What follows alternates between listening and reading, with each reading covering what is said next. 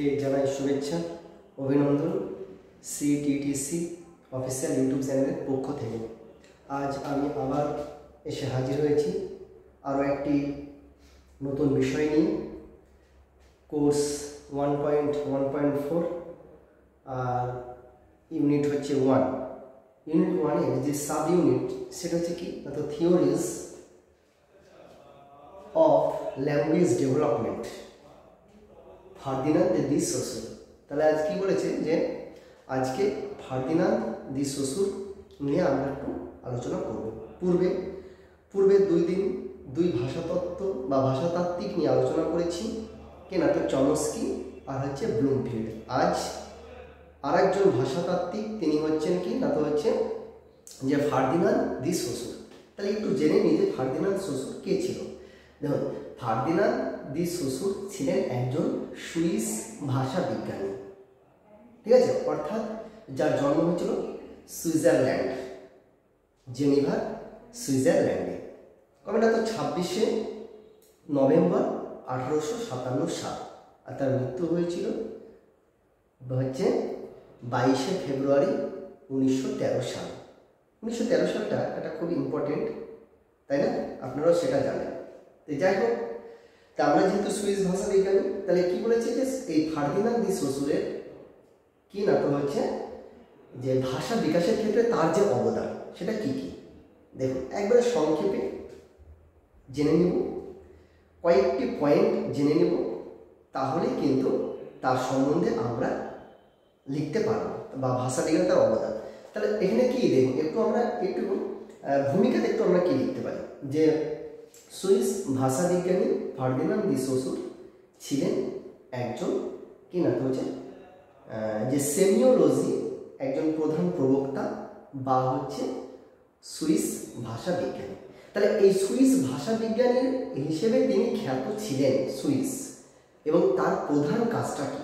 তার প্রধান কাজটা হচ্ছে কি না, তো হচ্ছে ভাষা তত্ত্ব ও হচ্ছে কাঠামোগত যে তত্ত্বটা বা কাঠামোগত যে দিক, সেই বিষয়ে তিনি আলোকপাত করেছিলেন। তাহলে ভাষাতত্ত্ব ও কাঠামোগত যে বিষয়, তার উপর তিনি আলোকপাত করেছিলেন। এখন একটু দেখে নেব যে ভাষার অবদানে তার গুরুত্ব কতটা। আমরা 5-6টা পয়েন্ট মনে রাখবো। 1 নম্বর পয়েন্ট আমরা কি দিতে পারি? দেখুন, 1 নম্বর পয়েন্ট দিতে পারি যে হচ্ছে কি যে ভাষা একটি প্রতীকী ব্যবস্থা। তিনি বলেছেন যে ভাষা একটি প্রতীকী ব্যবস্থা, ঠিক আছে। তার মানে কি যে ভাষা একটি প্রতীকী ব্যবস্থা মানে তিনি কি বলতে চেয়েছেন? তিনি এটাই বলতে চেয়েছেন যে কি যে এই ভাষা প্রথম যে উপাদান বা প্রথম যে বিষয়টি উঠে আসে সেটা হচ্ছে কি শব্দ ও শব্দগুচ্ছ।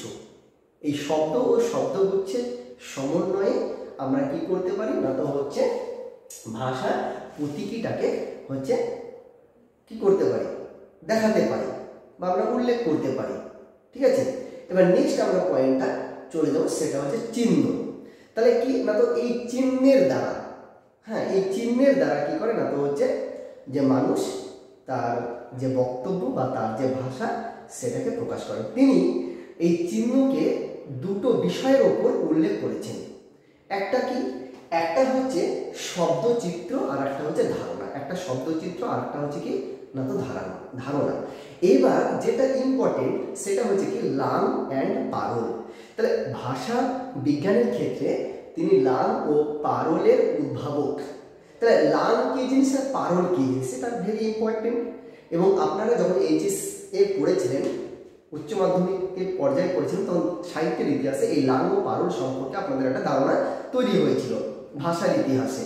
তাহলে লাং কি জিনিস আর পারলে কি জিনিস? দেখুন, লাং হচ্ছে কি না, তো হচ্ছে যে পদ্ধতিতে আমরা ভাষার নিয়ম ও কানুন শিখে নিতে পারি বা হচ্ছে কি করতে পারি, উৎক্ষেপণ করতে পারি বলতে পারে, বা যার মারফতে আমরা সমস্ত বিষয়ে কাজকর্ম চালাতে পারি, ঠিক আছে, তার একটা নিয়ম কানুন যেটা যে পদ্ধতিতে সেটাই। এবং পারলটা কি জিনিস? পারলটা হচ্ছে যে কথা বলা ও লেখার মাধ্যমটাই হচ্ছে পারল। তাহলে বুঝতে পেরেছেন নিশ্চয়ই। এবার নেক্সট যে পয়েন্টটা আছে সেটা হচ্ছে কি যে পার্থক্য। তিনি একটি পয়েন্ট করেছেন যে যে পার্থক্য। হ্যাঁ, তাহলে এই পার্থক্যটা কি জিনিস? তিনি পার্থক্য বলতে শব্দ ও শব্দগুচ্ছের মধ্যে, যেহেতু আগেই বলা হয়েছিল তার প্রধান কাজই হচ্ছে কি না তো হচ্ছে ভাষাতত্ত্ব আর হচ্ছে কি না তো কাঠামোগত বিষয়। এই কাঠামোগত বিষয়ের ক্ষেত্রে তিনি যে শব্দ ও শব্দগুচ্ছের মেলবন্ধন ঘটিয়েছিলেন তার মধ্যেই তিনি পার্থক্যটাকে বোঝাতে চেয়েছেন। এবার নেক্সট আমরা কি পয়েন্ট করতে পারি? নেক্সট একটা পয়েন্ট আমরা দিতে পারি, সেটা হচ্ছে শ্রেণীগত কাঠামো। শ্রেণীগত কাঠামো, শ্রেণীগত কাঠামোর ক্ষেত্রে কি বলেছে যে তিনি শব্দ ও শব্দগুচ্ছকে শ্রেণীগত কাঠামোর ক্ষেত্রে তিনি ফেলেছেন। ঠিক আছে, এইবার আরেকটি পয়েন্ট আমরা দিতে পারি, সেটা হচ্ছে যে কি না তো শুধু কাঠামো। শুধু কাঠামো, কাঠামোটা কি জিনিস? দেখুন, কাঠামোটা হচ্ছে এটাই যে তিনি তো শব্দ ও শব্দগুচ্ছের মধ্যে তিনি মেলবন্ধন ঘটিয়েছিলেন বা তার মধ্যে শ্রেণীগত বিষয়টা বুঝিয়েছিলেন। তাছাড়াও তিনি এখানে তিনি আরো অন্যান্য বিষয়ের উপর আলোকপাত করেছেন, যে কি না তো হচ্ছে সাহিত্য ও হচ্ছে সংস্কৃতি, এই বিষয়ের উপরেও তিনি এই পয়েন্টটায় এসে তিনি উল্লেখ করেছেন। তো আশা করি এইটুকুই আজকে, পরবর্তী ক্লাসে আবার দেখা হবে।